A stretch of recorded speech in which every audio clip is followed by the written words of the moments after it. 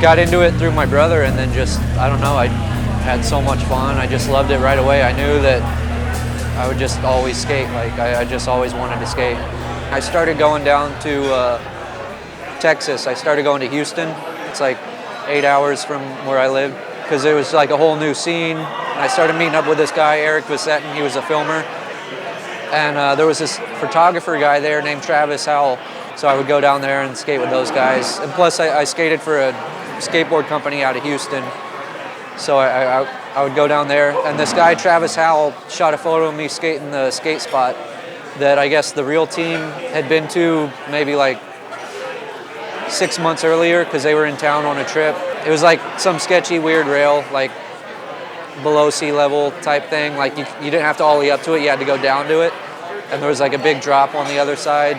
And I did a trick on it, and the guy had shot the photo, sent it to Mickey Reyes at Deluxe, and Mickey saw it, and he's like, he just remembered the spot from when they were on the trip, and he's like, oh shit, this is fucked up, you know. And then I guess I came home from school one day, and my mom's like, yeah, someone called, some guy named Mickey Reyes called, and want you to call him back. From then, he just started sending me boards, and then I went on a skate trip. And on that trip, they put me on the team, and then that's when like I fully got on the team. And then I moved here pretty much right away. I'm like, you see crazy shit all the time. I've walked outside, walked down the street, and I've seen homeless people just playing with themselves on the street, like just laying there in the middle of the day, like looking at people. You see people smoking crack on a regular, yeah, like like right here on the street, wherever, not even trying to hide it. Seen people shoot up, pretty much fall asleep standing up. I've seen, you know, like prostitutes giving hand jobs on the street, whatever. It's like behind a car, in between cars, you walk by, you look over, and you're like, oh man.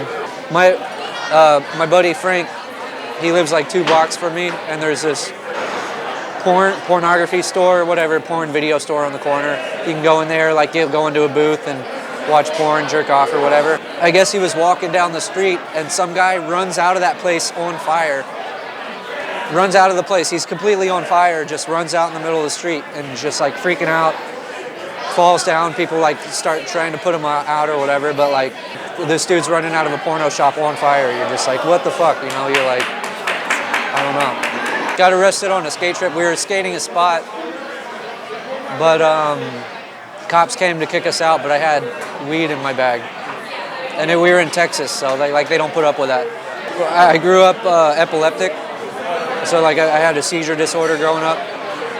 And that's one of the things on the list. Like, it's like if you have epilepsy, it helps, you know, and it does help. It kind of like slows down the brain waves, like when you're having a seizure or whatever. The high school I went to was state champions like 4 or 5 years in a row. So they put so much focus on the football program.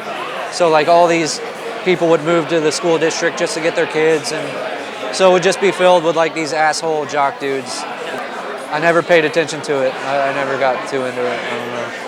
That was part of the whole like anti-society thing that I grew up with. So I was like, skateboarding, you get kicked out of everywhere. So you always feel like that outcast anyway.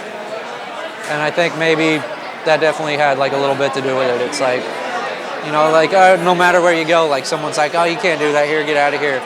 And it's always, you know, like the upstanding citizen that's kicking you out, or like the nice businessman that's kicking you out or whatever. So you're always like, fuck these guys.